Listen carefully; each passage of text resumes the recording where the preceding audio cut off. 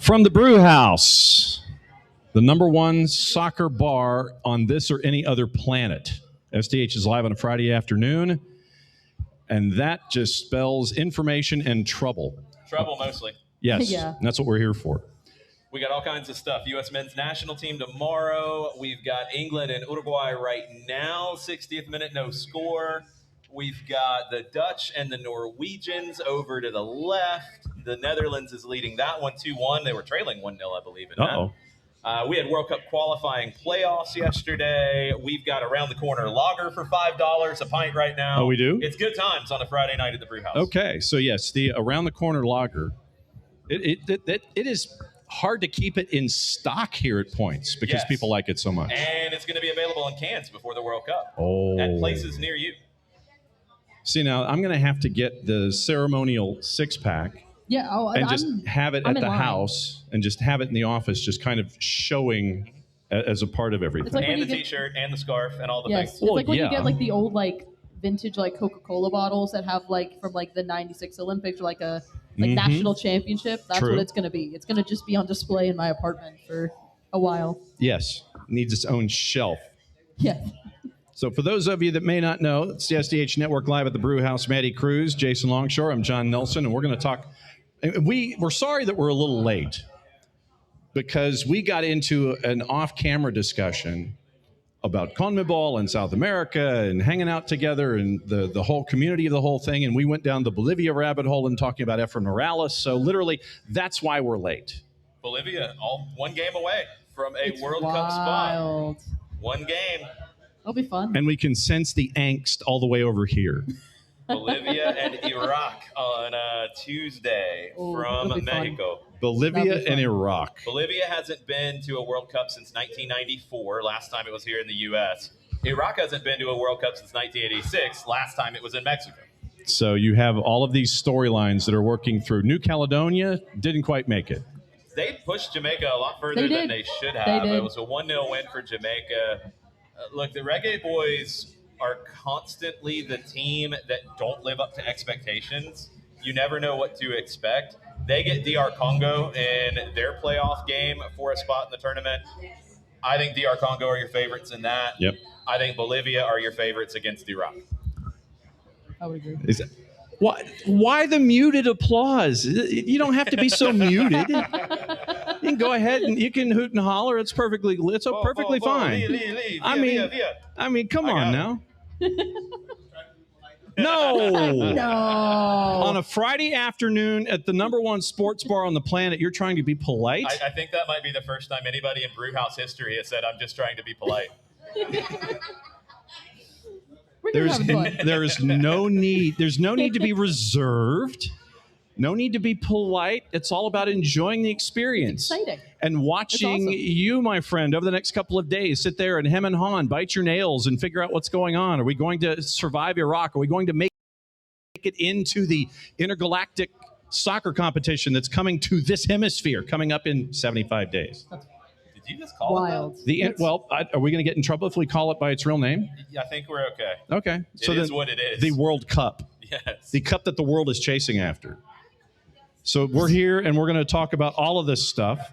Maddie's had a busy week. You were at the Business of Soccer Summit. Yes. At the Mercedes-Benz Stadium, which we can still call that for another 75 days. Yes. Well, you have to call it Atlanta Stadium. Yes. Some of your takeaways from being there with all of the galactic stars that were there. I mean, you had the head of CONCACAF, Victor Montaliani, who was there, the MLS Commissioner Don Garber. What were some of your takeaways? Yeah, I mean, I think with the Business of Soccer, it was such a different, side of hearing everything that I'm not used to. You know, I think normally you do media availabilities, you go and get interviews with players and coaches, and that's always great. It was great getting, I think, hear a lot of the insider information, especially a little bit when it came to, how cities and a lot of organizations are getting ready for the World Cup, getting ready for all those moments. And I think the biggest one for me is honestly the legacy impact. Cindy at US Soccer talked a lot about that, I think, in the first panel as well. And I think it's about the legacy of impacting not only what's going to happen, I think, for the U.S., but also for the World Cup, and more specifically for the U.S. and what's going to happen here. But it's that legacy carrying over, I think, when you look at the other teams, the other national teams as well, the extended national teams, the women's side as well, because you got to look ahead to that. Because listen, right after this year, you have the Women's World Cup coming right next in 2027, and that's something that can't get lost in the shuffle with it. And so it's about expanding on that legacy element of making sure that those clubs get highlighted from this as well. And I think also just gearing up and getting ready for a lot of those moments too, especially, you have a lot of stadiums being built in preparation as well, but you also have a lot of these stadiums that are trying to, become ready in those situations. And we got to hear from the CEO and presidents of NYCFC, Chicago Fire, as well as New England Revolution to talk about their plans. New England obviously hosting at Gillette Stadium. NYCFC, their stadium, they just put in the final beam there earlier in March. And then for Chicago, they're trying to build their stadium as well and get things ready. I believe it's called the 76. The 76. You got a lot of information about that. I really love the women in soccer panel. I really loved hearing about the expansion of, I think, the Gamebird Super League, the Northern Super League, and then NWSL. It's exciting stuff. It really is, because it's not just, I think, the World Cup here. It's also thinking about the future and everything else going forward, especially when you look at soccer here in the U.S. And the World Cup's just the start of it. Yeah. I mean, I feel like a lot of the conversation for the last few years has been, well, the World Cup's coming and it's going to be huge and then it's going to leave like it's a circus. And it's just the start, because you have the Women's World Cup in Brazil in 2027. You have an NWSL team starting here in 2028. You have all the different events that are going to be here through U.S. Soccer, with their headquarters being just south of the city. You have the Women's World Cup coming here in 2031, and I think the final is going to be in Atlanta. I'm thinking. Definitely Atlanta's going to fight for it. I know that much. So much happening in the soccer world. That's just in Atlanta. That's not even getting into all these new stadiums, all these new facilities. It is a big time for the game right now, and I think a lot of it is about the growth being intentional, because the growth has been very organic up to this point, but it's been intentional now in taking the next steps for the game. And, when we have this conversation about where U.S. Soccer is going to be, and we'll talk national team here in a minute, where things are is the U.S. right now, the league, the national team, all of it is in a really good place. The women's national team, very good place. It is not the best in the world right now, maybe not on any of those fronts. I think the women's national team is the one that's closest, obviously, but there's a lot of competition. Spain, England, right there in terms of who's going to be the favorites going into 27. Brazil's going to be a favorite. It's such a cool conversation. The men's team, top 20 team. MLS, top 10 league. Mm-hmm. You're in a really good spot. But in the next decade, you want to be a top 6 league in the world. Yeah. You want the NWSL to be no doubt the best women's league in the world. You want the women's national team to be the best, and you want the men's national team to be a top 10 team. Well, and even too, I think going back to the women's soccer side as well, one of the biggest things that I think I loved hearing was, you're getting the Gamebird Super League, you're getting the Northern Super League, and NWSL as well, establishing a lot more as well. I think the idea too is, especially with collaborating with all 3 of those leagues, you could get something like the CONCACAF Champions Cup, but on the women's side too. And that was something that was talked about in the sense of looking ahead a lot of those things. You're already going to get something like that for Bay FC going up against a Northern Super League side here shortly as well. That's the first time you're going to see a crossover like that. That's exciting. That's fun. So did Christina Litz from the Northern Super League and Amanda Vandervoort from Gainbridge in the NWSL COO, did they all sit there and at the dais, did they actually sit there and say, hey, let's do this? Yeah, they sat there at the panel and they talked about it. They were like, it opens up the possibility, especially with everything going forward, especially with that matchup that they're doing. With the Northern Super League going up against an NWSL side, having that one game, that's going to be huge. That's going to be the first marker to say, hey, we can do something like this. We have a lot of clubs now that can compete in the Champions Cup, and that's something to possibly consider. They did talk about it, and honestly, I'm here for it. grab the steering wheel, John. Where do you want to go? Let's see. So, in addition to spending time at the Business of Soccer Summit, today there were some things called press conferences. There was, yes. And I went back to normal. You had a jersey exchange. We did. Between Mauricio Pochettino and Tata Martino. That was a very cool moment. It was awesome. awesome. Cool to hear Mauricio talk about how much Tata means to him, and I think at times maybe we take somebody like Tata for granted here in Atlanta because we've seen him, and he's got that kind of grandpa vibe for all of us, and he's always so good anytime that we get a chance to interact with him. But he is a legend in the game, and he is revered by many people around the world. So it was really cool to hear Pochettino almost in awe a little bit of being with Tata. That was cool. Yeah, it was awesome. And you get the press conference after the jersey exchange, and Mauricio Pochettino said some things getting ready for these two matchups. I don't want to use the F word yet, but we'll probably get into that discussion at some point. It's minor. Like it's not the story. It was a funny moment because, look, go back to the 1880s and the term friendly came up, and it came from England about how to describe a game that is not an official game in competition. I like that Pochettino pushed back on the idea of friendly. I think a lot of people hear that and you're like, what's a friendly? What are we talking about? Exhibition is kind of where we would go here in the U.S. on that kind of a match. And I love that I'm sure he had this ready, because I love that he used that to make a point about the team. Right. It wasn't just I don't like this term. Yeah, it's a silly term. It is a silly term. It just is. But he used it to talk about how he wants this team to compete. And these games don't count for anything, and the result ultimately won't matter in the long run. But he wants the team to compete to get ready for the games that do matter starting June 12th. Well, and then, you look back at the friendly that the U.S. had against Uruguay and against Paraguay. I think back to that Paraguay game, and especially with Alex Freeman. I love seeing that. And everyone was talking about how it's it's just a friendly. No, it's not. You're competing, especially right now for the World Cup. Every single one of those matches is an opportunity to prove yourself and an opportunity to put yourself.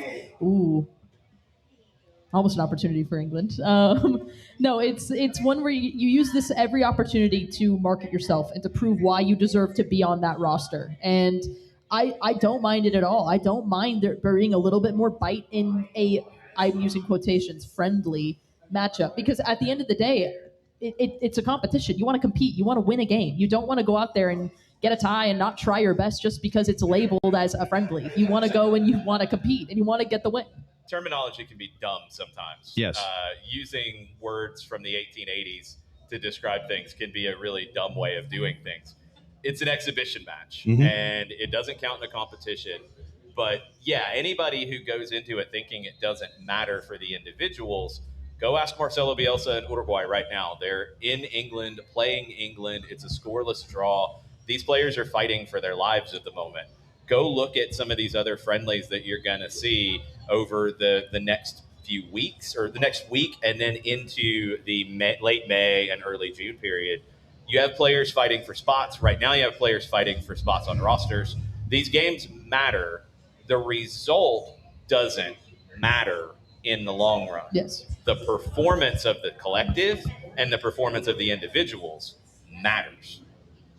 As you're looking at Uruguay and Sorry, England, I was calling a foul. I apologize. You're calling a foul on the Jared Bowen contact? Yes, I was. I was like, it's that way. They can't see me, but I'm. No, and Dominic Calvert-Lewin should have had that header at the far post, by the way, to make it 1-0. That's some rough contact in there. Yeah, welcome to Uruguay. Yes. Yeah. Absolutely true. True. And tell Marcelo Bielsa to dial it down. Yeah. Well, and the fact that earlier in the match you had Thomas Tuchel sitting on his cooler on the touchline. I love that Thomas Tuchel has brought a different mentality to England and the national team. Just like I love that Mauricio Pochettino has brought a different mentality and idea to the U.S. team. I remember when both were hired, you got a lot of people talking about how, well, you can't hire somebody who's not from the country. That was a huge issue in England. It was a big issue here, maybe slightly less. But it doesn't mean it's going to work or not work. It has to be the right person. And it has to be somebody who understands the country they are going to work for and is willing to learn what they don't know, but also they're being hired for a reason. Pochettino is one of the best managers in the world. Thomas Tuchel is one of the best managers in the world, especially in a tournament kind of setting. I think both are great hires, and I think both have added to their programs by having an outsider perspective.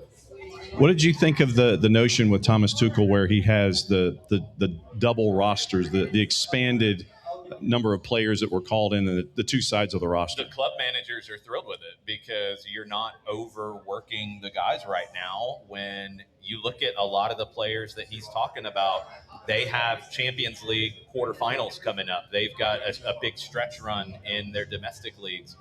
You've got to balance that. And every country's different. Every national team's different. Every situation is different. But for Tuchel, I think he pretty much knows where he's going to go. There's probably a few players that are on the bubble, but I think he pretty much knows what he wants to do, and it's better for him not to overwork guys right now. Take a look at a few extra guys for the roster, get that done. I think like the U.S. is in a little bit different perspective, although Pochettino has also been very cognizant of the club game. These are two managers who come from the club game, so they get the wear and tear. They get the stress that the club managers are dealing with, and they're trying to balance that. Some national team managers could care less what the players have to deal with at the club level. And again, that can be good or bad depending on the situation. I like what Tuchel's doing here. I think the guys that he's not going to play in 2 games or not play a lot of minutes, he already knows and he feels good about. The other guys, got to play their way in. I loved what Pochettino said about the camp, and it relates in a way to Gio Reyna. It's not about what players do at the club level for him purely. If they come in and they're a good teammate and they perform well in camp and they perform well in the matches for the national team, he's going to take them if they can help make the team better. He's not purely making decisions based off the club game. That factors in, obviously, because generally, if you're playing better at the club game, you're going to play better with the national team. But for whatever reason, Gio Reyna is an exception to that. If he plays well with the national team in these 2 games, he's going to be on the World Cup roster. And Pochettino believes in that. And if he believes in it, he's seeing the training sessions, he's seeing it. I'm fine with it. I was surprised. Frankly, I didn't think he would get called in. I thought this was probably going to be it for him in this cycle because he's not playing. But he's shown Pochettino enough in his performances with the national team to earn an opportunity. Now we'll see in these 2 games, and to me, there's got to be a lot of spotlight on him. To me, these 2 games are the biggest 2 matches of his life. Who else is in your spotlight for these 2 matches coming up? Oh, Alex Freeman. Okay. I really think that he can make a push to be in the roster for it. I think he's in the roster. I think he can make a push to start. That's what I'm saying. I think he could, especially with the way I think Pochettino wants this team to play. I feel like he fits that so nicely, especially with the way it's because traditionally we've seen Mauricio play that 3 center back type of thing. Alex can play as that at that right-sided center back, and he can sit there, and that gives you the fluidity of he can step up, get involved in the attack, and then drops it back. Fluid notion of what he can do. Also, and again, I like his bite. I like his character when he's out there. I like that he's willing just to give it all out there. I like a player that's gritty. I like a player that's going to get the job done. I like a player that maybe is going to get their hands dirty a little bit, but Alex Freeman does it in a way where he reads the game really well and how he does it, because it's one thing to go out there and to be really aggressive initially and to be aggressive all the time and do this, but it's another thing to switch your brain and be able to pick your moments when to do it. And because he's so young and he's already able to do that, I mean, absolutely. He's a smart player, and I like that we're starting to get some of those kind of players. Pochettino talked about Weston McKennie today and how he can start a match as a forward and end a match as a right back, or vice versa. He can play 6, 7, 8, 9 positions. I think Alex Freeman is a player who can play multiple positions for you in a match depending on what you need. Right back in a 4, right wing back in a 5, right center back if he's part of the center back coalition. He could play as a winger if you need him to play as a winger, if you're in more of like a 4-4-2. He gives you a ton of tactical situations. And when you look at the U.S. soccer development structure, we've had this conversation with Javier Perez from Atlanta United, you want players who are intelligent tactically. You have now in this country, I think, developed great athletes. That's always been a hallmark of the national team program. You've now started to develop great technical soccer players. Good first touch, good use of both feet. All of the technique elements have really taken a huge step forward. The next step is the tactical understanding and the game intelligence. And when you have guys like McKinney and you have guys like Freeman who can give you the ability as a manager to say, all right, without a sub, we're going to a 4-3-3. Move here, move here, move here. Done. Well, we can go to a 5-3-2. We can go to a 5-4-1. Move here, done.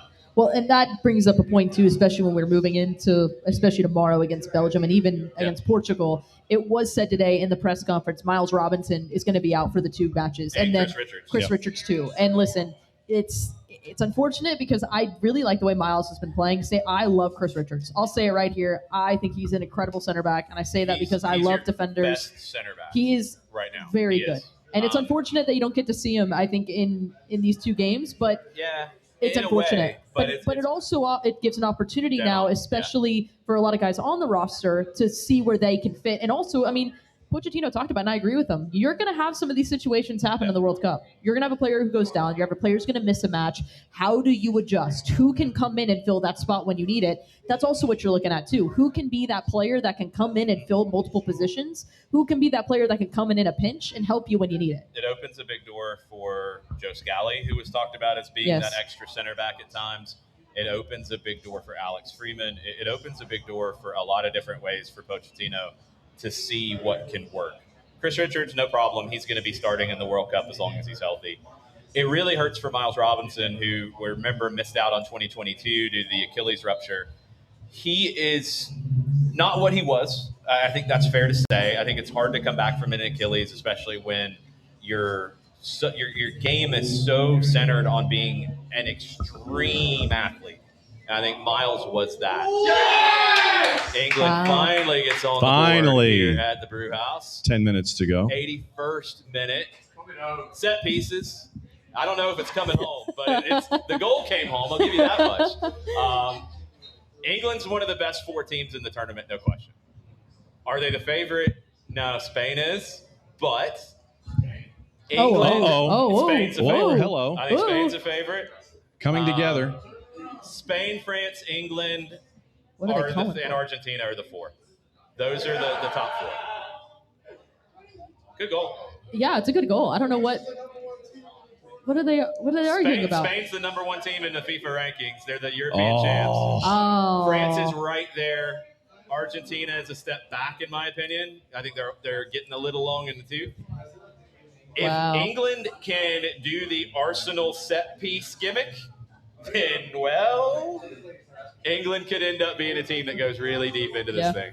I think there's 4 clear favorites, and then I think there's a step back to the next group. I mean, Brazil could have been in that favorite group. I do not think they're in that group. I'll give you my dark horse. I said it in our World Cup draw show, and I'll say it again. What are they arguing here? I'm confused. I don't know. Run over a defender? Yeah, I'm confused. Right there. He blocks a defender.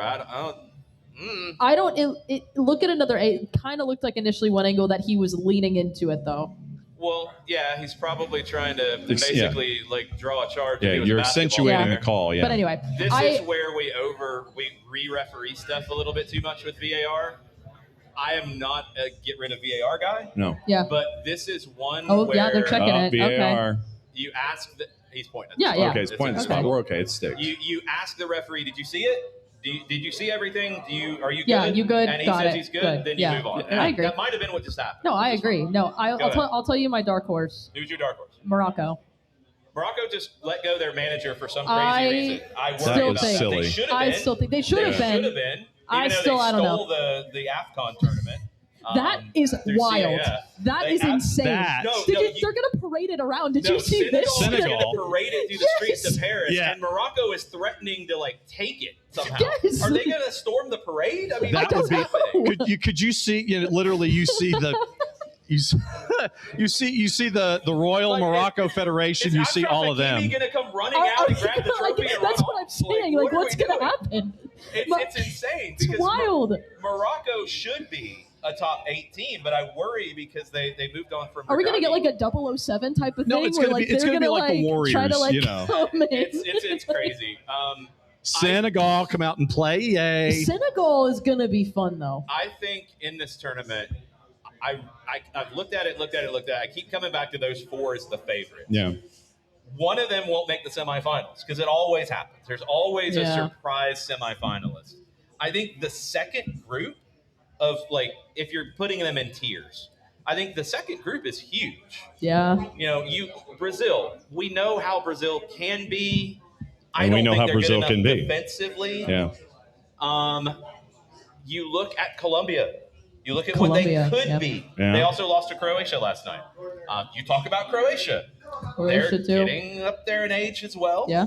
You talk about Belgium. You talk about Portugal. You do Norway. talk about the U.S. in this conversation. Norway, It's Netherlands a long too. shot. But can they be in the final 8? Yeah. Final 4? Well, look, go back to 2002. You outplayed the team that got to the final in Germany in a quarterfinal and should have had a spot to equalize the match with a penalty late in the second half if the referee calls the handball from Torsten Frings on the line in a World Cup quarterfinal. Yeah. And the U.S. could have been in a semifinal in 2002. Yeah. You're at home in this. We saw South Korea get to that. We saw Morocco make the run last time. Yep. There will be a surprise semifinalist. One of the 4 favorites will not get there. Yeah. That's what we love about this tournament. Mm-hmm. But facts are, 8 countries have won it. I said this, and I said it today to Jose at media before we were waiting for Mix Zone. I said how we were talking about the Senegal, Morocco with the AFCON trophy and everything. How insane would it be if we got a rematch of it in the World I have to see if the brackets can fall that way, but I don't know if it would fall that way. I don't even know if it's possible. But if that happened, I would then say, all right, whoever wins this match in the World Cup, they get that move on, and you get the AFCON trophy. So it's a loser leave town, basically, double or nothing. Double or whatever nothing. it is, when the tournament is in this hemisphere, think back to Brazil in 2014 in that tournament. The games you had, the Brazil-Colombia game, the Brazil-Chile game, where Chile almost got past Brazil in a World Cup knockout game. You had so many crazy runs. You had Bulgaria make a run. I mean, Georg Yeah. Georg Hagi with what they did with the fluke and the Escobar subtext and everything. There's so many different things that have happened in this hemisphere because I think it's a little bit of an equalizer. We see in Europe when the tournament's played there, often the European teams dominate. When it's played outside of that, you can get chaos. And I think this summer, because of heat in some situations, I think because of now basically having quarters instead of halves. Yeah, with commercial the breaks. Mandated hydration break midway through the half for 3 minutes. You're going to see some things that we haven't quite seen in a tournament before. Who adapts to it the best is going to make a run. Agreed. I think Colombia and Ecuador are the 2 that could be the surprise out of this hemisphere. Yep. We kind of took control. You steer us back on track, John. We went off the rails. Yeah, I was counting the subs here, and the fire wagon changed for Uruguay. Well, that's another thing we learned That's the other thing you learned today. Now in friendlies, it is up to 8 subs. Wow. Instead of 6 in friendlies. But then teams can agree for it to be 11. Yes. If you want. Or the whatever US number and they Belgium want. have agreed they're going to use 11 subs in the match tomorrow. US and Portugal haven't had the conversation yet. It gives you the ability, look, if we're using 5 in a regular match, you should use more than 6 in an exhibition. Yeah, agreed. So that ship has sailed. We're going down that road. Yeah. VAR's not going anywhere, and multiple subs in competition and in exhibition is not going anywhere. Who in your mind, let me start with you, Jason. Okay. When it comes to the national team managers that we're going to see in this tournament, who are some of the best at in-game adjustments that could be even helped that much more with this 3-minute timeout that we have in the 30th minute going through a tournament? I think Thomas Tuchel could be one of them. I really think he is one of the best tactical managers in the world. I think maybe at times in his career, his issue has been more in dealing with people. Yeah. But in terms of the tactics and in terms of building a style of play, he's as good as it gets right now. I'm curious to see how Pochettino handles it. I think he's got a really good grip on how he wants this team to be. Lionel Scaloni, I think, can be in this conversation because Argentina is just a really flexible team. When you talk about Argentina, this is a team that can sit back and absorb. They can sit back and defend and hit you on the counter. They can be on the front foot. It can turn into a line of 4 at times. It can be one up top and everybody drops. Mm-hmm. They're very flexible. So if he can push the right buttons in those 3-minute opportunities, it'll be very interesting. Somebody like Bielsa, who I think is a brilliant manager, he's kind of one way. Like his teams will play that way. Maybe some little tweaks here and there, but they're not going to make dramatic changes. I think Tuchel, Scaloni, Pochettino are the ones that I really look at. I'm curious to see how Bielsa takes it. I'm really curious to see how Sebastian Becasese takes it for Ecuador. He's another one that's kind of one way. Can he find those opportunities to tweak things tactically in the middle of the first half, middle of the second half? I know that you lit up when he mentioned Scaloni. I think Scaloni is going to handle it really well, especially again with the way like Argentina plays, just the fluidity and the way that they are really easy, especially adjusting in those moments. I'm curious, especially with Pochettino, just because I feel like, especially when you have that second, when you're going to have those 30 seconds, especially in the World Cup, I feel like even in the adjustment, you have the players, I think, that are equipped to make that adjustment too. I mean, I'm looking at the MLS guys. Like, I'm looking at them a lot too, especially if you are having them go. I feel like they are adjusted because I feel like you see that a lot in MLS too. You have a couple of moments where you have to make a quick adjustment. You have a player that can come in and fill a spot when needed, especially in those situations. I also think you have the players who can do it. I look at Weston McKennie as a perfect example, especially wherever he is. If you need it, you can move him. If he's right now sitting as an attacking midfielder and you need him to step up and be a second striker, he can get up there and do it. All right, we have an update. One of our sicko listeners who's remote, 130. If Senegal somehow finds a way to win their group, Morocco gets third, but then beats third place out of Group D, then they meet in the first round knockout match. So praying for this. Yes. Please. If they can just then put the AFCON trophy on the side of the field and whoever wins gets or have someone just come out and just have someone come out and just kind of parade with it. Come from the opposite side. Would be the ones coming out and parading with it if they don't lose it in the parade. Senegal has to carry it out during the walk-off when they're lining up. You have the head of the Senegalese Federation walk right down center line, coming from the opposite side of the venue toward the benches, stops in center circle, hoists it over his head like this, and then he keeps walking toward the benches. Like a Lion King moment? Yeah, basically. Where they're like, come and take it. Yes. Yeah, literally. Yes. Patty G's got it nailed. Doing that? Like, I personally think you should let it like sit right on like where like the fourth official would be, and just let it sit there the entire time. So Senegal just puts it in front of their bench. Yeah, literally, it's like, this is ours. Come and take it. Like, I dare you. Sergei Demyanchuk kind of looks at it and he sees, that's off to the side. That is an insane. That's wild. I honestly didn't know if that was actually possible. Chaos. I didn't know if that was possible. Incredible. Thank you for pulling that. That's amazing. We have sickos. And we got bots, I love too. that. That would be absolutely insane. All right, John, where are you taking us next? Well, I mean, and this is a point that the both of you have brought up when it comes to the U.S. national team. One of the elements in this that I'm looking at is who can be those individuals that can be those fill-ins where it's going to happen in the tournament. You know that those number ones might get dinged. They might have something happen. They have to be monitored or whatever.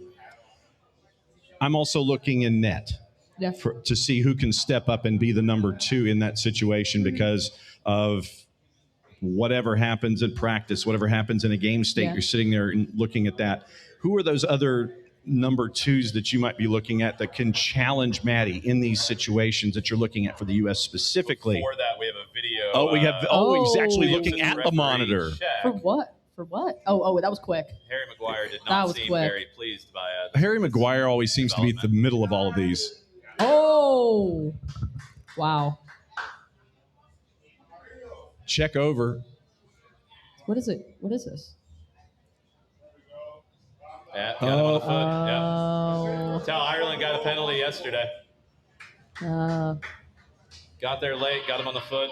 Uruguay going to the spot. So Ben White. Wow. So we'll kind of Latte watch. is being spilled in the stands. Oh, no doubt. Deep in stoppage time. Okay, go ahead. Oh, I was going to anyway. say we're going to watch the PK and not call Well, it, we but can't call do it. No, We- That's go good. ahead. All right. So then, when it comes to all of the other number Yes. twos, like I said, I was looking in net Yeah. to see who would be that individual that could step up and be that number two and be game ready if called upon. For the Yeah. US. Who else are you looking at for those number twos? I mean, I'll go through. Bust out your depth chart and Yeah. give me like the I'll- 1Bs. Okay, I'll start with the forwards first, and then I'll go down to midfield and defenders too. Okay. I'll start with forwards. I think, unfortunately, not listed actually. I do think. I mean, if we look at like second, third, I think Haji Wright could be a good one. He's not listed in this roster too. There we go. Uruguay converts on the penalty. But I think Haji Wright could be one. He's not listed in this camp, but for any other one, I'll do this camp specifically. Mhm. I think Ricardo Pepi. I really like him. I really do. But Patrick Ajiman, I think, is another big one Pat. too. I think Patrick Ajiman's a I big think one. Ajiman is the number two behind Yeah. Balogun. And- I think he has stepped up into that. Yeah. And then I'll go for midfielders. I think the first one that came to mind was Sebastian Berhalter. No question about it. But I mean, I would even, and listen, I don't know if I'm in the minority of this, I would make a case for him to possibly be in the running to be in the conversation to start. Well, I mean, let's get into that midfield conversation. And Pochettino talked about it, how he's already sweating these decisions because that one, I loved when he talked about it today about how you look at any good team in the midfield is why they're good. Dead on. And it goes back to what we've talked about with Tata Martino here with Atlanta United, how what he has wanted to do. Pochettino sees the game in a very similar way. Everything is from your midfield. It's your base. It's your foundation. So he's going to have a box midfield essentially. It's three center backs. It's two wing backs. It's two holding midfielders, two attacking midfielders, and a 9. So in your box, we know McKinney can play anywhere. Yes. We know Tyler Adams is one of your holding midfielders if he's healthy. We know Pulisic is one of your attacking midfielders if he's on the field. Mm-hmm. McKinney could be either one. It's who's the fourth guy to me. Is it Berhalter? It could be. Elite set piece delivery. Very good in match. Yep. I would have him sit deep with Adams. I worry about size a little bit there. Yeah. But McKinney then higher up the field where he can impact the field in the attacking third. Johnny Cardoso's in this conversation. Mhm. He has really played his way into that at Letzi. He would absolutely sit deep. If we're looking at actually a B option, I would look at Malik Tillman, especially if you're looking, especially for He the would be attacking. higher, Yeah, but and that's I my think thing. that McKinney would That's sit my deeper. thing. I think, if we're talking about like who would be your B or your second, or who would come in I that don't know who situation. your A is. and That's the fourth thing, though. guy. For sure. That's what I'm saying. Absolutely. I think in the midfield, it's not necessarily like who's the B. I think it is game to game. Yeah. What do you look at? Because you're looking at as well, like you might have one match where you might have one match where Well, I mean, we'll talk about it. Paraguay is hit it into the ground, straight into the ground. Yeah. Paraguay is going to try to play. They're not going to be quite as direct as in Australia. Australia is going to bomb it and try to knock you over. So Australia, maybe you don't start a Berhalter. Maybe against a Paraguay you do. Yeah. I think that's going to be part of this as well. Now, I can't tell you who's going to be because also Gio Reyna factors into this. If Reyna lights it up and he earns Pochettino's trust, which I think he has, Yeah. then if you want to play him and Pulisic higher up the field, then that means McKinney is sitting with Adams. Yeah. And that's a really interesting four. It is. I don't hate it. No, it's interesting. I just don't trust Reyna because he doesn't play at the club level on a regular basis. I agree. And I think there's going to be some of these games that won't be the best fit for him. I like him off the bench. Yeah. Cardoso is the one to me that I think could earn the spot because I don't fully agree with 130 in the chat about Weston being a striker. He could do it. And I think there's going to be situations where he comes up and maybe is a second one or what have you. But I do want him higher up the field. I do too. So that puts me to more of a Cardoso-Berhalter conversation with Adams. So it's McKinney and Pulisic higher. Yeah. I feel better about that. It's not easy, and I agree with Poach. Like I think it's the toughest decisions that he has, and I think it's probably going to have the biggest impact on the success of this team at the start. I agree. I think for McKinney as well, I think he's such a I mean, he talked specifically about McKinney and his adaptability. I think when you see it with Juventus and what he's done at Juventus and how he has been so successful. I think what's so great about McKinney is, again, his awareness and his intelligence of the game. I think he can read where he needs to go, what he needs to do. I have loved watching Weston play. Like, I've personally, like, I think he's really, really incredible just watching him play the game the way he does. And I think that's what makes him so valuable, is that he can do all those things too. But I agree, I want him higher up, but I want him with Pulisic, I think, in creating those moments, but also being involved in the attack. That doesn't mean just because he's in the midfield there that he can't get involved in the attack. And I think that's the thing too. And I want him involved in those situations, but I also want him to be that distributor, to be that person who's going to pick out those passes and find those moments, because he can find those moments. I want him on the end of things. Yeah. I want him in goal scoring situations, because I think he gives you that. That's the interesting element of this. You look at this team, and center back, now we have questions with Robinson injured, with Richards right now out. He's healthy. He starts in the World Cup. We know that. Is it a Cameron Carter-Vickers? Is it an Austin Trusty? Like, what are the guys? Is it Freeman? Is it Scally? Like, there's lots of different possibilities there. I don't know what you settle in on, and a lot of it's going to depend on health. Fullback, if both are healthy, it's Anthony Robinson and Serginho Dest. Yeah. Tyler Adams is a spot. Christian Pulisic is a spot. Weston McKennie is a spot.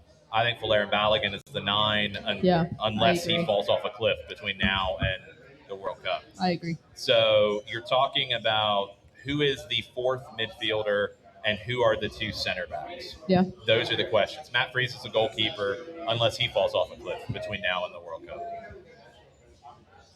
They're not easy decisions to make. No. I don't know if we'll have answers by the end of these 2 games. Which is why, though, I'm excited for these games, especially you'll learn a lot more. And I also like that you're going to get, honestly, the 11 substitutions, because you'll get to see almost everybody in these matches. Yes. And I think you'll get to see different combinations, different things that work. Because again, at the end of the day, that's what you're trying to figure out here. You're trying, if you're, that is what you're trying to figure out.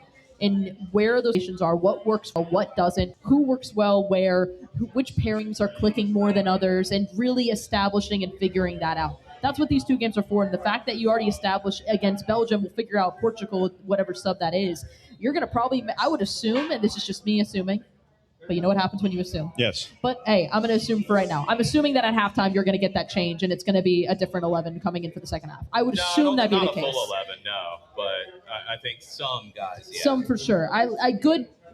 Maybe not a hockey switch, but you don't want to use all of them. Maybe not a hockey roster, but I'm excited to see almost everyone get a chance to step out there and play, because it gives you something different, and I want to be able to see a lot of players in action.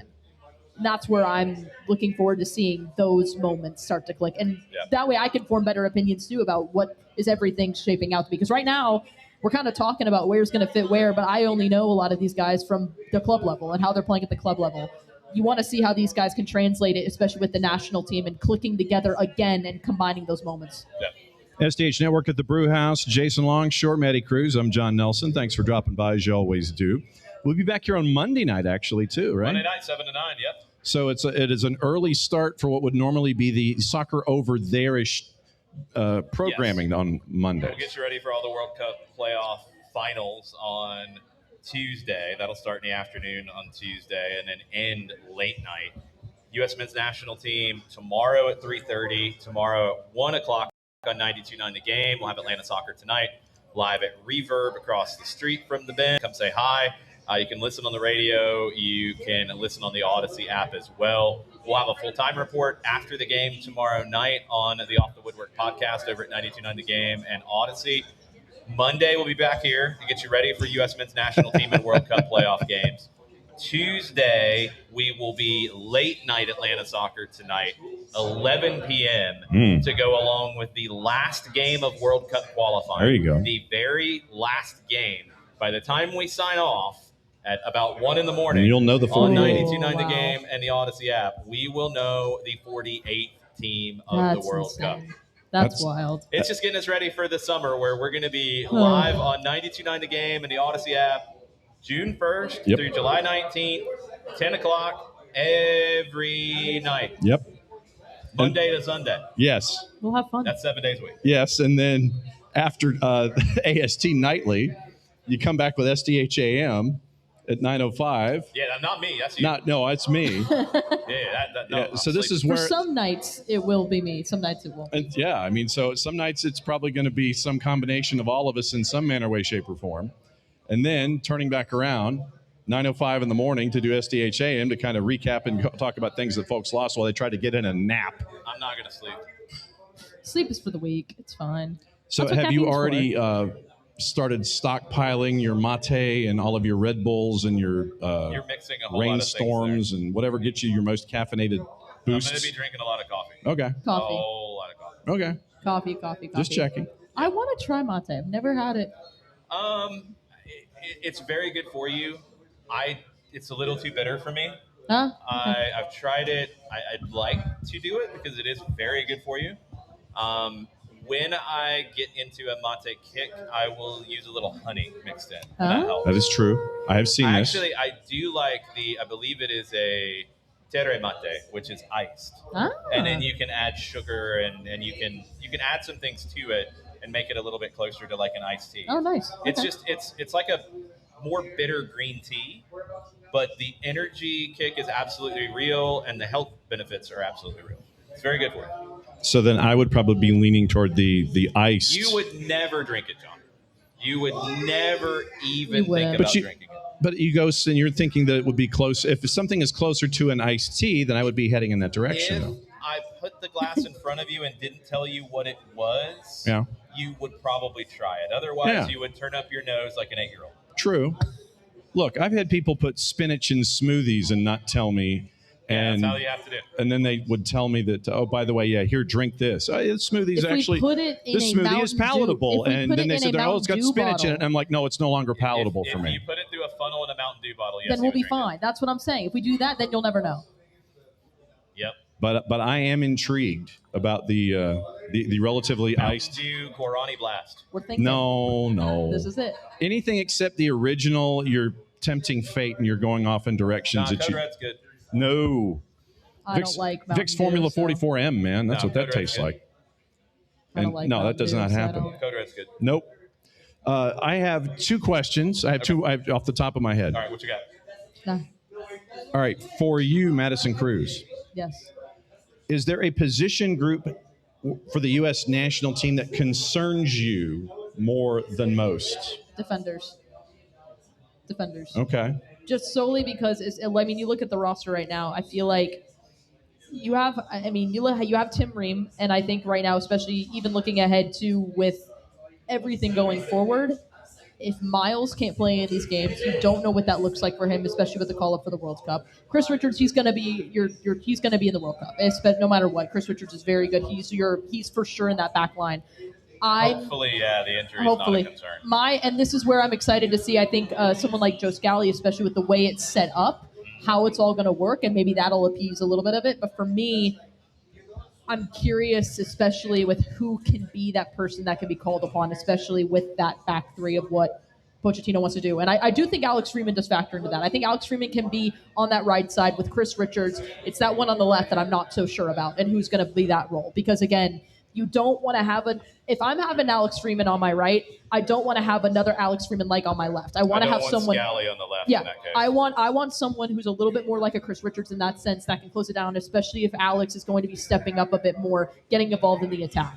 And You're looking at McKenzie, you're looking at Ream, you're looking at Austin Trusty as your true center backs.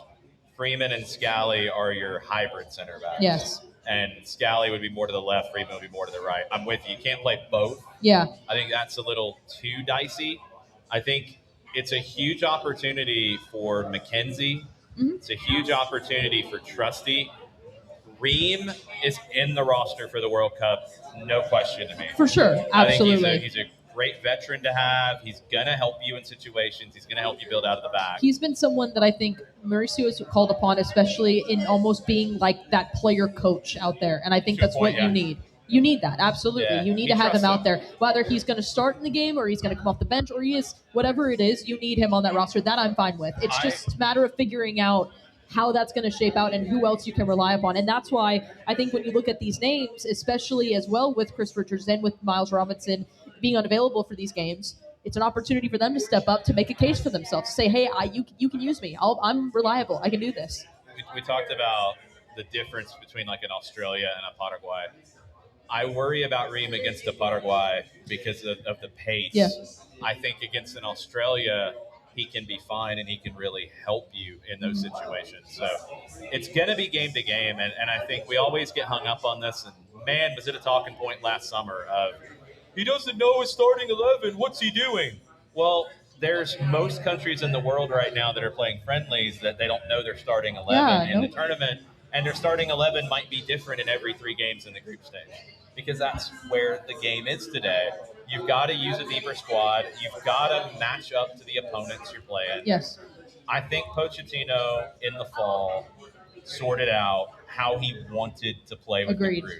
He sorted out the best way to play with the overall player pool. And I think the 3-4-2-1 is absolutely the answer to that. Mm-hmm. So now you're going to be in a situation where, depending on the opponent, you're going to see potentially some changes in the team. And that's okay. Yeah. That's a good thing. Yeah. That's matching to your strengths. I agree with you. Yeah. I think especially when you look, especially in the national team, this is, again, in every conversation, I feel like, especially with the way the game's shifting, we always get so hung up on, all right, who's going to be your starters? Who's going to do this? But there might be some games where one player is a lot better, especially at winning second balls in the midfield, than another player is. So you want to make sure that he's in there, especially going up against an opponent where that's going to be crucial. You're going to have to switch a couple things around. You want to keep the same identity in the same way that you play. That's why every player knows the identity of how a team wants to play and what's going on. It doesn't matter about formation. It doesn't matter about specific people. You're going to have starters. You're going to have people who are going to consistently be in that lineup. But because of the way the game is changing now, you are going to have some players that are going to be more suited to go up against a team that plays more direct, that plays more vertical. You're going to be better suited having another player switch in when it is a little bit more of that possession base, when you are going to have more of the ball. That's just where we're at right now. It doesn't matter if you don't have an official starting lineup right before you get things going. That's, again, what these friendlies are for. It's about figuring out who can be relied upon, who can you use in certain situations. That's why you're playing against 2 really strong teams in Portugal and Belgium. And as well as Germany, too, later on in Chicago as well, in the send-off match. Yeah. That is why you are playing against these teams, to figure that out early on. That way you know, and you can be relied upon in those. Yep. Next question on the board. No, you're good. No, it's... When you, Maddie, were up at the Children's Healthcare Atlanta training ground watching press conferences from today and players coming on the dais and the table... Pulisic, McKinney, Jedi, Balogun, Pochettino. Obviously, everyone gravitates toward Christian Pulisic as the man, capital T, capital M. If it's literally that emotional gravity of, okay, we need to lock in on him as that focal point of the United States men's national team. If he is locked down, if Pulisic is locked down for whatever reason, he's double teamed, he's bracketed, he's having a bad day, scuffing things one way or the other, who in your mind can take over and be man, put the team on their shoulders, be capital T, capital M, the man? Does that individual exist in its current form right now? Who can be that individual that can take a game over if is not named Christian Pulisic? I'm actually going to go back to something Christian Pulisic said in media today, is that I don't think it's on one specific person. I think it's an entire team.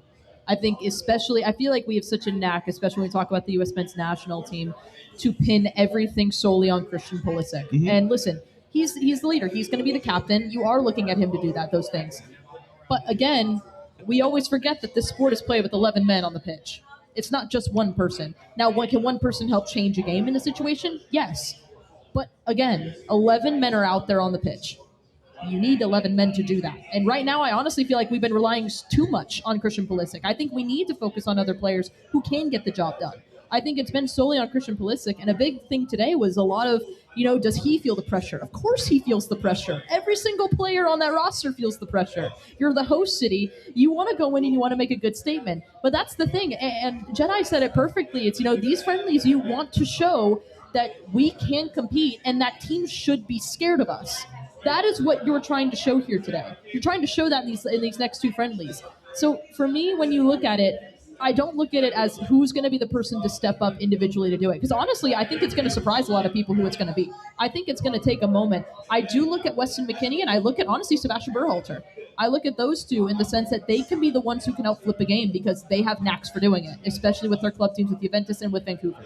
I look at them, but I think at the end of the day, I really do believe that it's not solely on Christian in that sense. I think you're looking at him to be that person, to be the captain, to be the leader. But I think you are looking at this as, hey, it needs to be a collaborative effort. I don't think it all needs to feed through Christian Pulisic. You need to find different outlets. You need to find those other combinations to do it. However, I'm going to go a step further. Okay. I'll pull a Philippe Dujic on you first. All right. However, However. in a World Cup, I think I'm with you in terms of the overall. Like, it's not purely on Pulisic. I hate where the conversation, the narrative has gone about Christian Pulisic in this country, because I feel like it is people actively trying to set him up to fail. Yeah. And it is a shame that some of this is coming from former national team players. It is a shame that it is coming from people who know better. It is not purely on Christian Pulisic. He is the best player in the team. That is not a question. He is your closest, or he is your one world-class player. No problem with that. He is your player that more often than not will be the one that decides a game for you on the attacking side. Yes, I think in World Cup matches, the idea of having game breakers is a real conversation. I think when you look at last World Cup, Argentina had the game breaker of game breakers in Lionel Messi. France had Kylian Mbappe. That's why they got as far as they did. I think you have to have that in these tournaments. France had multiple in 2018, but you had Mbappe again. You know, you go back to 2014, Germany had more of the collective. Messi put Argentina on his back to get to the final in 14, and that Argentina team wasn't as good as the one later. Spain had game breakers, multiple, in 2010. The question to me is, I think when we go back to those four favorites, France still has a lot of the same game breakers, if not more. Desiree Doué is going to be one of them. He could be that breakout guy in this tournament. England has them. I wonder who is going to step up and be that guy in a game. Can Cole Palmer be that guy and put the team on his back in the last 10 minutes and say, I'm dragging this thing across the line? He's got the ability. Yeah. We just haven't seen it yet. I think when you look at Argentina, we know it's still Messi, but it's also a Julian Alvarez. When we look at Spain, it's Lamine Yamal. You know, Lamine Yamal can win a game for you. I think in a World Cup game where you get into these situations where it's tight, it's late, you need a game breaker. Who will be the other ones possibly for the U.S.? I think Weston McKinney can be one. I think Serginho Dest can be one. I really think Dest, if he is healthy, from a 1v1 perspective, game's late, game's tight, it comes down to making a play, Dest can beat somebody and get the goal. Okay. I really think he can be that guy. Balogun can score the goals that matter. I don't think he's the guy who can make it all happen entirely. When I think game breaker, it's more of somebody who can create, also finish, but do both. Balogun can finish. Like, Balogun's not going to pick the ball up at midfield, dribble three people, and get the goal. Pulisic could. McKinney, I think, potentially could, or make that killer pass. Yeah. Dest could. Then you look on the other side of a game breaker from a defensive perspective. And I think you have to have that to a point. It's very hard to win a World Cup without elite goalkeeping. Yeah. It's very difficult to do it. If you don't have elite goalkeeping, you better have the best defense in the tournament. Yeah. We don't have either walking in the door. Can Matt Freese be that guy in that tournament? Yeah. We've seen guys make a living off of one tournament. Can he be that guy? You're going to need him to be, because that's where it starts to separate. When we start talking top 20, I think it's the U.S. has a limited number of guys who can win you a game, either defensively or offensively. Other teams have more. Yeah. And it's not about like the way that you play is about putting all the pressure on this guy or this guy. It's just the reality of Late in the game, it's 1-1. Somebody's got to make a play either to keep the other team out or to score the winning goal. How many guys do we have who can do that? I trust Pulisic. I trust Dest. And I trust McKennie. My list right now. I'll ask you, do you think, and I'm throwing two names out there. One is on the roster. Do you think Sebastian Berhalter can do it? Do you think if Diego Luna is healthy, could he also do it? Maybe. We just haven't seen it at this level. Yeah. I think Gio Reyna has the ability to. That's why he's here. And that's why Pochettino is giving him the opportunity. And I get it, because when you look down that bench and you're in that spot and it's like, I got to go find a way to win this game, you're going to lean on Reyna more than Luna. I wish that was different, because I wish Luna was maybe just a little bit further along. If this tournament was a year later, maybe we're having a different conversation. But I think you're probably going to lean to Gio in that case. There's other ways you can manufacture wins, and don't get me wrong. And somebody like Berhalter actually comes into play here, because talked about it with England. Elite set piece delivery, elite set piece execution. Berhalter is as good as anybody in the tournament in set piece delivery. He is. He's that good. He's okay, maybe not quite Messi, but he's not that far off in more of the crossing and the placement in those set pieces. So that could be the way that you break the game, is in something like that. So I think you have to have game breakers. I want to see one or two more emerge for the U.S., and I'll feel better about how far they can go. Fair enough. When it comes to this entire run to where we are right now with the national team, all the players that have come in, all the players that have been called up, and we'll go back, say, 12 months, just for brain recency. Has there been one player or a group of players that have been pleasant surprises for you in this run, that have been active when it comes to the national team and its assembly? Who have been those players or player that has you sat there and it's like, okay, 12, 18 months ago they weren't on the list, but now they're on the list we just now. Talked about them. Yeah. I mean, I think it's Luna, I think it's Freeman, I think it's Berhalter, I think it's the MLS guys. Yeah. I'll give you one more. I discounted him for reasons, and most of it is because they for whatever reason don't want to see MLS players in the team, which is silly. You want the best players and that make the best team.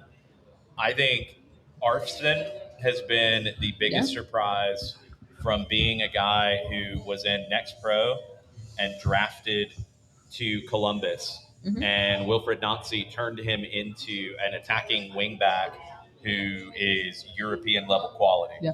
Alex Freeman was a guy that we saw in Next Pro with Orlando, and probably should have gotten the opportunity a year earlier for Orlando, and he took it and ran with it, and now he's in La Liga.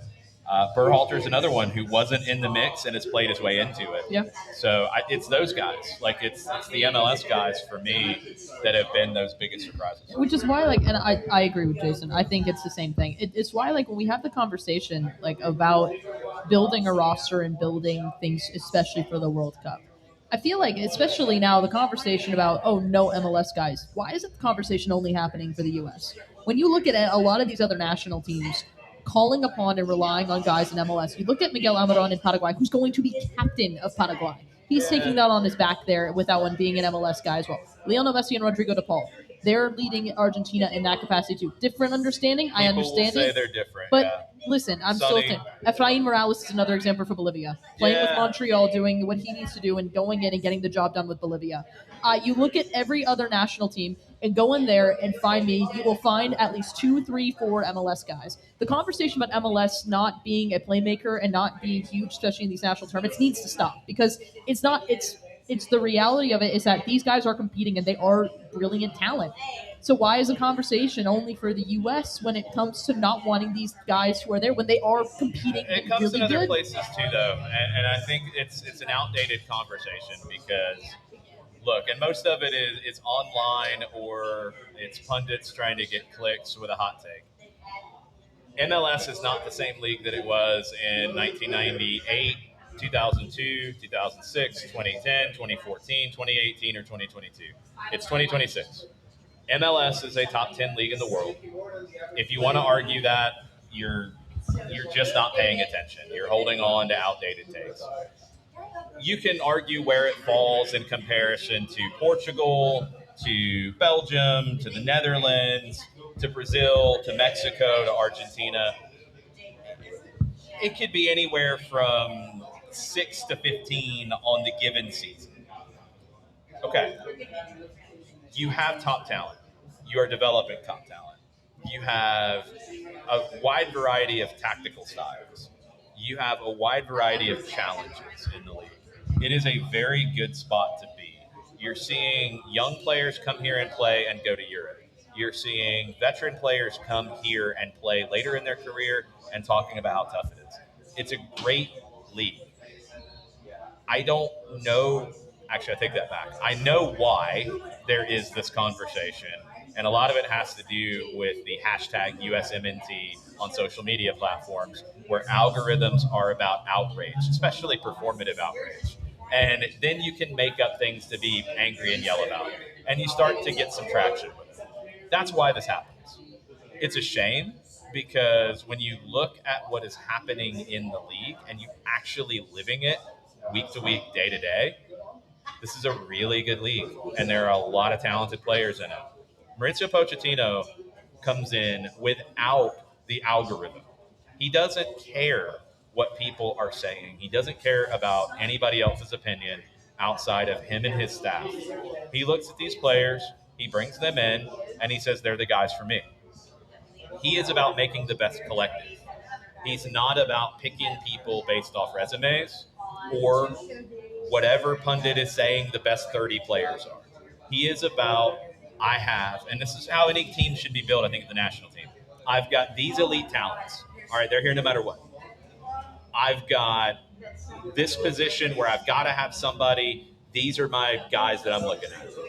And then when you get to often starters 8, 9, 10, 11, your next 5 guys off the bench, when you get to that layer of roster construction, you're looking for fit. You're obviously going to pick somebody who's good, but you're not worried about the metrics tell me that they're number 16 on the spreadsheet, and I'm taking that guy over this guy like Christian Roldan, who's a great teammate, a hard worker, a guy who's going to elevate every training session, a guy who's going to fit. Mm-hmm. You're taking Roldan if you're a good manager. Yes. And I think Pochettino is somebody that when you bring in a guy like Pochettino, who's played and coached in the biggest leagues in the world, and he says, I like these MLS guys, they fit what I want to do, the narrative should stop. Yeah. The fact that it's continued tells you all you need to do is when you see that narrative pop up on whatever social media platform of choice, you go in and you find the mute button and you hit it, because that person is not offering a valid conversational point. Yes. That person is doing a performance for clicks. Yep.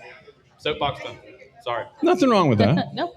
I started the soapbox. We all have differing versions of when we activate said soapbox.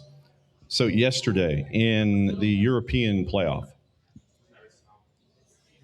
we were kind of following along in the timeline as things were going live, and the timeline was, as it always is, when we have conversations back and forth, we're watching reaction in real time. Yes. It's called a group chat. Yes. Whatever. Fine. Group chat. Fine. The group chat was on fire yesterday. Yes, it was. So now that all of those matches have completed, we talked about the International Intercontinental Playoff with Bolivia, and we're getting ready for that one.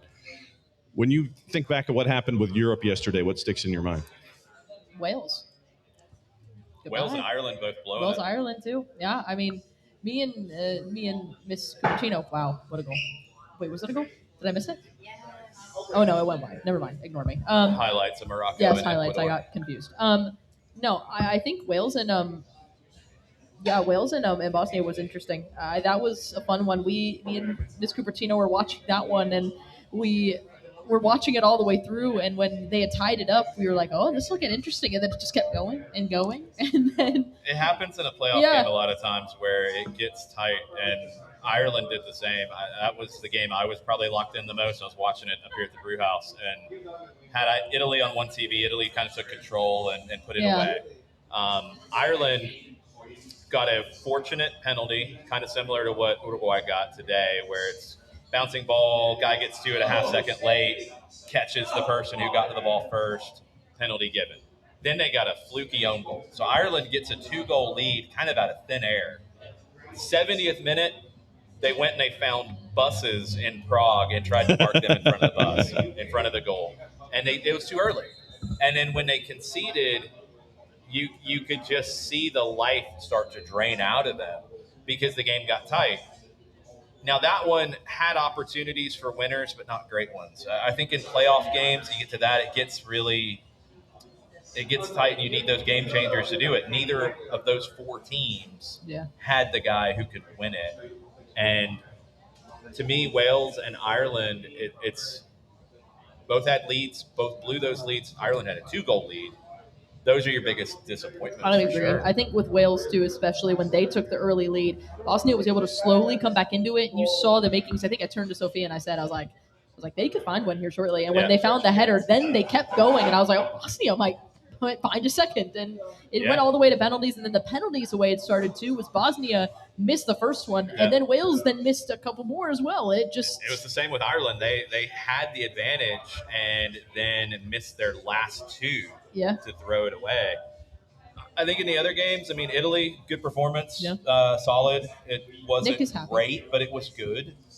They have to go on the road now to Bosnia and Herzegovina, and yes, there is a video circulating of the Italians celebrating that Bosnia won, which the Bosnia group chat is definitely on fire right now. Well, also, the fact that they're going to Bosnia too, that's like, that place is going to be.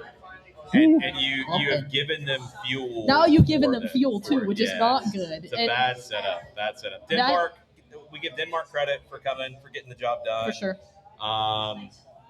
What else jumped out? Kosovo and that shootout. Kosovo with a big comeback. That was really cool. Yeah. I picked on AST on Tuesday night, Kosovo getting to the World Cup. I might need to go buy a lottery ticket. Whoa. I was very proud of that pick when I went through it. Great performance from them to come back, and now they host in the knockout game. At Narodny Futbolowy Stadion. I just think, listen, and Nick, if you're watching and listening, I'm sorry. Oh, boy. I just want to go back to that. My thing is, I'm like, if you're Italy and there's a video circulating of you celebrating that you got Bosnia over Wales, they celebrated that Wales lost. Yeah. For me personally, you're setting yourself up for failure because why is that video being shown? Why are you recording that video? Why is it being They sent? didn't record it. Somebody got it. It looked like it was like not inside the locker room, but inside a glass door. Somebody shooting it from the outside. Italy didn't put that out. Still, somebody got it. They should have done that behind closed doors. Yeah. Yes, and even too, if you're in a glass area and there are glass windows, be careful with what people can see. You gotta be aware. Maybe I don't know. Don't read do that. the room. And also because now you're going to Bosnia, and now you have to face them in front of their home fans. Now they get ammunition, and it's not gonna be good. I think you're setting yourself up for failure, and you're setting it up to be you're creating so much more drama for yourself that is unnecessary. I am hoping Italy gets in. I think for the sake of the group chat, that way. I said it on the radio, so if he missed it, then he missed it. I said it on the radio that I had that picked out both ways. I had Bosnia and Herzegovina. I'm just kidding. I love Bosnia and Herzegovina. I'm just joshing with Nick. Because the Slovakia Nick would probably pick against Italy too, because that's how he's so frustrated with them. So Slovakia scores to make it 1-0. Kosovo scores to tie it at 1. Slovakia scores to make it 2-1. Kosovo scores in the 47th to make it 2-2. Then they score in the 60th, the 72nd to make it 4-2. Then Slovakia scores at 90 plus 4 to make it 4-3. Kosovo hosting Turkey to go into the U.S. group, USA, Paraguay, Australia, and either Kosovo or Turkey. Yeah, I had it wrong earlier. It's Turkey or Kosovo coming into the U.S. group. Either one's tough. Mm-hmm. Turkey is probably, on paper, the more scary one. I don't know if either one is a walk. And go back to something that 130 said on the chat here, the group chat, The group chat. the community group chat right Yes. now.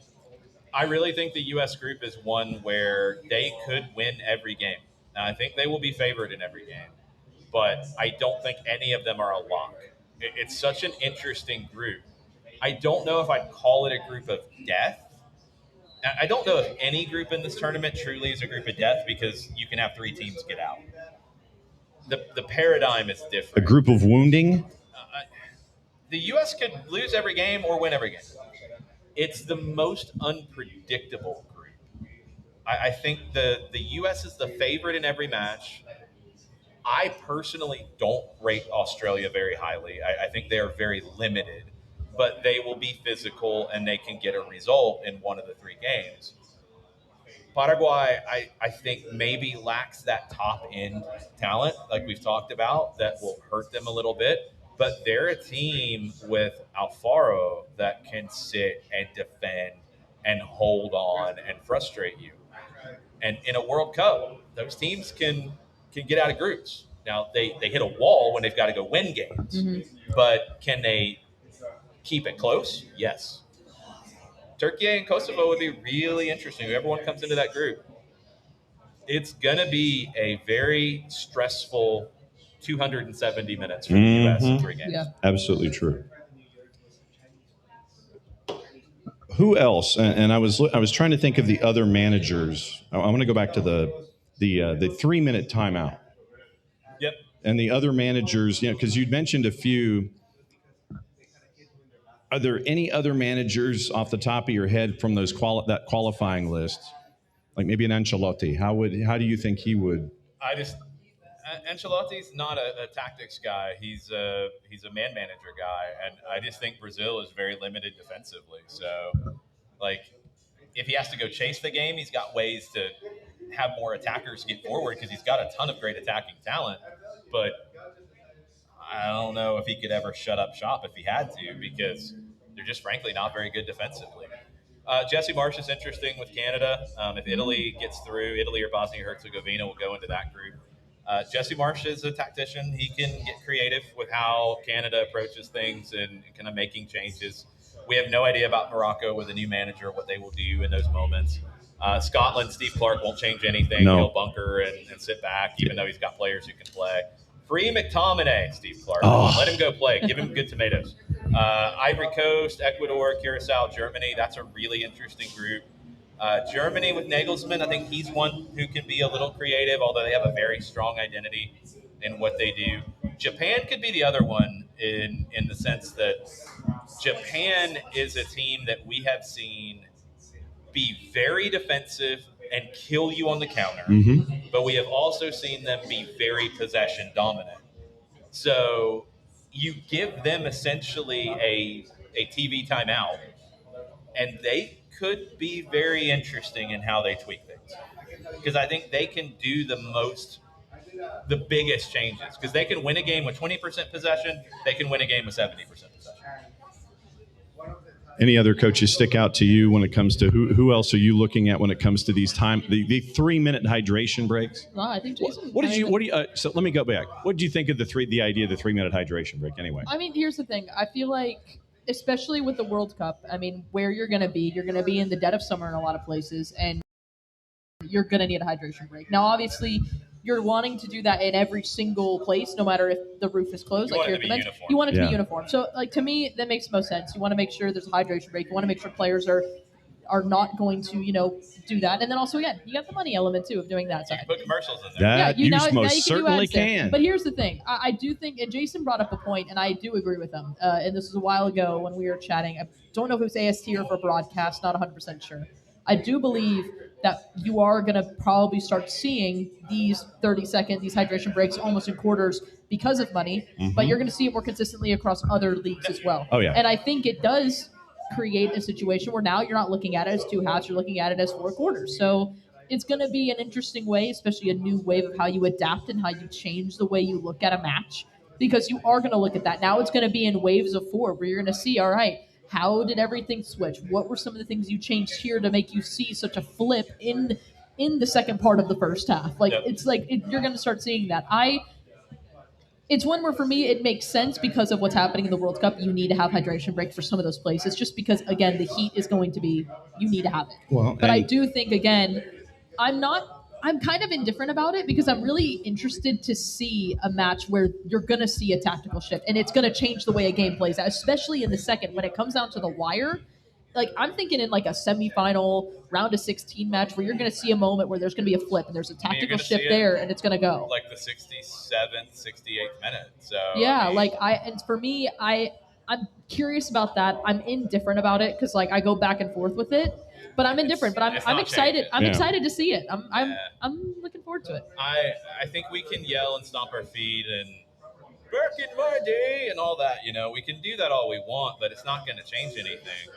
5 subs isn't going away. Everybody Yeah. did the same about, well, you're allowing it during COVID, so it's going to go back. No, it's not. It's the way of the game. We can yell about VAR. It's not going anywhere because you're getting more calls right. Now, you need to make it better, of course. Yes. You're not going to pull this back because once you start selling ads in that 3-minute window, Oh, your rights holders. money. Well, I mean, we can yell about that all we want, but then what's going to happen is the same people that are yelling about like, oh, we don't need commercial break. They're going to want their teams to go spend more money in the transfer market, and where does the money come from? Correct. Sponsors. Yep. So you're going to have to do it. It's part of the deal. So once you start to have these things, it's not about it needs to go back. It's how do you adapt? Yeah. I think you're starting to see managers now adapt to having 2 more subs and how they plan a match. My question about this one, and I'll end with this. Mm-hmm. If it's going to be in the 67th, 68th minute, because they're going to do it in the middle of the half. So 22 and a half minutes in, roughly, is where you're looking at. All right, you do it on the first dead ball there. If I'm a manager, do I hold my first subs in the second half until that, where I can fully integrate them in and do that structurally? Because usually you're thinking 60 is where you start to see changes. Do you maybe now look at, I'm going to have this guy play for 45 and I'm going to make a sub at halftime. And then I'm not going to make any subs until midway through the second half. Because then I'll get to bring the sub on and bring the team over and say, all right, we're changing to this. We're doing this. This is how it looks. Yeah, you bring out a tactics board and everybody can yell at you. You're going to do those sorts of things because you now have the means to. Yeah. It's going to be different. And you will see a match won in this tournament, and probably a big one, by a managerial tweak in that second half hydration break. Yeah. Agreed. And the teams that press normally, they get that break. If you have teams that press, if you have a team that wants to try to press you out of the building, they get that time to catch their breath in that hydration break, because traditionally toward the ends of halves, when you didn't have this hydration break, that's when those pressing teams run out of gas, and that's when you can pounce on them. Now they get the chance to catch their breath for a couple of minutes. You can see teams that will maybe press a little bit more. You could see teams that will maybe be more aggressive in getting numbers forward early in a half and say, hey, let's see what we get in the first half of the second half, and then we change. Yeah. You're going to see, because you're going to have some managers who don't do anything different. They just get a little break. But you're going to see some use it. And that's the key for me. And I hope Pochettino and his staff are kind of thinking, how do we use this to do something different? It gives us another opportunity to impact the game. When I'm on 92.9 The Game in a non-soccer capacity, we're just talking sports, I always say that soccer coaches, soccer managers have the hardest job because in a game, they get the most limited amount of time to impact it. Mm-hmm. Because you get to make 5 subs and you get halftime. Yeah. Now you're getting 2 more opportunities to impact the game. Yep. Mm-hmm. The better managers will use that. Others will end up losing games because of it if they don't adapt. Absolutely. That's my thought. Yep. How are you I with agree. your around the corner? It's very good. It's very tasty.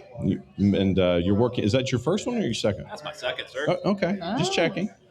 You can get that here at the Brewhouse. You can get it at the Brewhouse. You can get it in cans before the World Cup. Oh, it's going to be so You can awesome. get it in other places before the World Cup as well. But You'll be getting it at both brew houses during the World Cup, our official soccer pub of the SDH network, and Nofo Brew Co., our official craft beer partner Yes. of the SDH network. We like Nofo Bruco.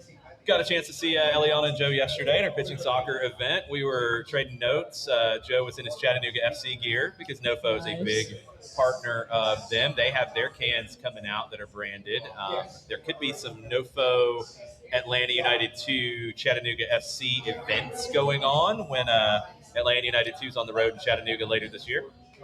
Pencil that one in. Worth a road trip. Wow. All right. Okay. I'm really digging that idea as that comes That's down awesome. the schedule. After those games being as chaotic as they are, I'm going to need some around We're the gonna corner. need Yes. a drink or something, you know. The game at Fort Finley that always will stick in my mind is the comeback special. Yep. That was chaos. Yes. So tomorrow you've got 92.9. You've got Atlanta Soccer Tonight today. Yes. Tomorrow. 10:20, I am on the the 92.9 weekend morning show with Sam and Greg and Noel. 10:20, we get it started. 1 to 3:30, it is Atlanta Soccer Tonight today, live from Reverb. You can listen on the radio. You can come hang out. You can listen on the Odyssey app. We'll take you right up to kickoff of the U.S. men's national team. After the game, we will all reconvene for a full-time report, talking about it with post-match audio. That's tomorrow. Monday, we'll be back here from 7 to 9 to get you ready for game number 2. And then for that game, we won't be on beforehand. We'll be on late night, 11 to 1 a.m. When the final team is slotted, we will call it a night. So this is the beginning of the long, beautiful friendship where we don't get any sleep between now and the end of July. That started at the beginning of 2026, John. Yeah. But anyway. Sure. We're already there. What is sleep? Exactly. Team no sleep. Exactly. We need to get the jersey, just basically Team No Sleep on the front. We need to create those. Pretty much. Maybe Nofo can sponsor those too. Yeah. Maybe. Team No Sleep, Nofo Brucos. Could be fun. So that might be a Black Pitch Coffee sponsor. I like that. So a Black Pitch Coffee jersey. That'll work. That could be fun. All right. So you are going to be at Atlanta Soccer Tonight today. Yes. Yep. And then you're going to be joining me indoors. Yes. At soon to be Atlanta Stadium. Yes. And then we'll reconvene and we'll do all the things and we will watch all the stuff. So this was fun this afternoon. It's always fun here at the Brew House. You always get crazy conversations. It's chaos at all times. VAR getting involved. England drawing. England losing on a penalty. This is what happens. Harry Maguire angst. We have this conversation. Yay. Yes.